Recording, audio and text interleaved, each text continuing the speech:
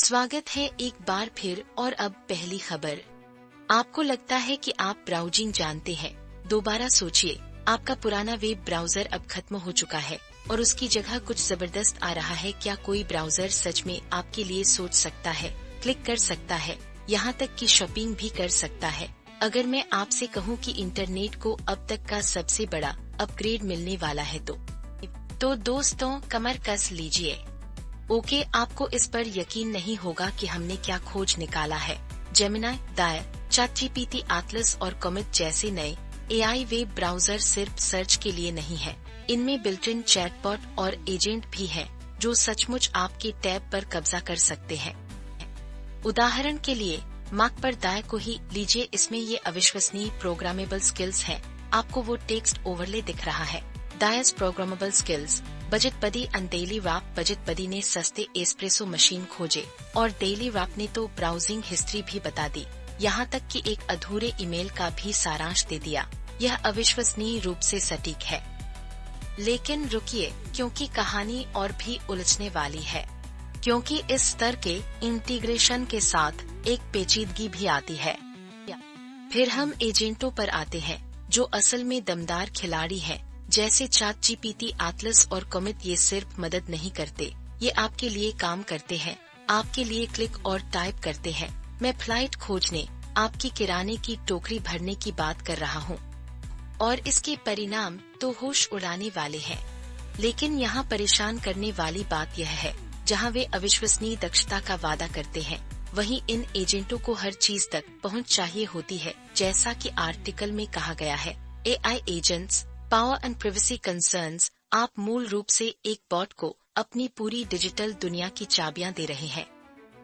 विशेषज्ञ अपनी राय दे रहे हैं और फैसला हैरान करने वाला है। कॉमेट ने एटलस को पछाड़ दिया, जबकि दा की स्किल्स अभी भी महत्वपूर्ण जगह बनाए हुए हैं। लेकिन जाहिर है, बड़ी शक्ति के साथ बड़ी जिम्मेदारी भी आती है। आप पहले से कहीं ज्यादा जानकारी साझा कर रहे हैं और गलतियां हो सकती हैं। तो ये एआई ब्राउजर निस्संदेह शक्तिशाली है, लेकिन क्या हम एक ऐसे डिजिटल असिस्टेंट? चलिए सुर्खियों से एक छोटा सा ब्रेक लेते हैं, एक ऐसी कहानी के लिए जो यकीनन आपके चेहरे पर मुस्कान ला देगी। जो न्यूज, जिस खेल से आप प्यार करते हैं उसमें धांधली हो रही है। पेशेवर खेल सट्टेबाजी घोटालों की बाढ़ से हिल गए हैं। भ्रष्टाचार कितना गहरा है। सच कहूँ तो ऐसी बातें सोची भी नहीं जा सकती। ओके जो न्यूज, आपको इस पर यकीन नहीं होगा कि हमने क्या खोज निकाला है। एफबीआई ने अभी एक बड़ा खुलासा किया है।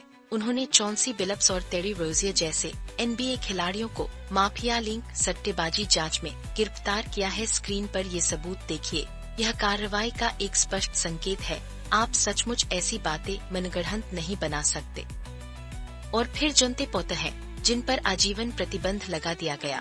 उन्होंने निजी स्वास्थ्य विवरण लीक किए और वास्तव में अपनी ही टीम के खिलाफ सट्टा लगाया। लीक के पास इसके सबूत यही आपके सामने है। स्क्रीन पर टेक्स्ट लाइफटाइम BAN को उजागर करता है और ये चौंकाने वाला विवरण कि उन्होंने अपनी ही टीम के खिलाफ सट्टा लगाया, संभावित रूप से $80,000 के दांव को 10 लाख।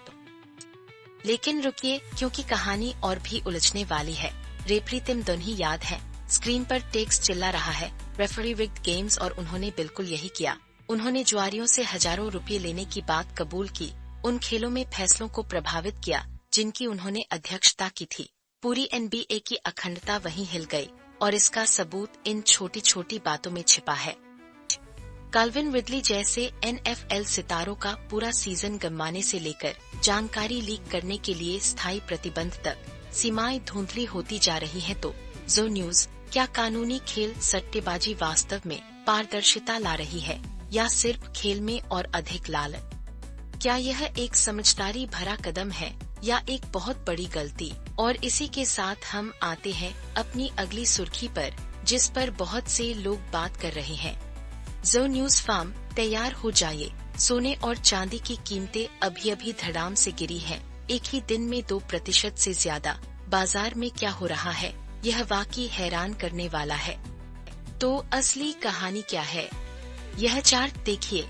MCX पर सोने का वायदा 2% से ज्यादा फिसल गया, एक चौंकाने वाले मूल्य बिंदु पर पहुंच गया, और चांदी तो और भी तेजी से गिरी।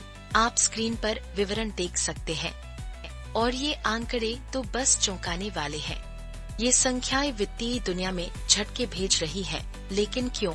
ऐसी भारी गिरावट का असली कारण क्या है? और यहीं पर कहानी मजेदार हो जाती है। वाशिंगटन ने अभी एक बड़ी बैठक की पुष्टि की है। राष्ट्रपति ट्रंप और राष्ट्रपति ज़ाई मिलने वाले हैं, ओवरले देखा। इस खबर ने व्यापारिक तनाव कम होने की उम्मीदें जगाईं, जिससे व्यापारियों ने अपने सुरक्षित पसंदीदा संपत्ति सेफ हेवन एसेट्स बेच दी। यह बाजार मनोविज्ञान में एक पूरा बदलाव है। लेकिन सबसे मजेदार बात तो ये है। लेकिन रुकिए, अभी और भी बहुत कुछ है।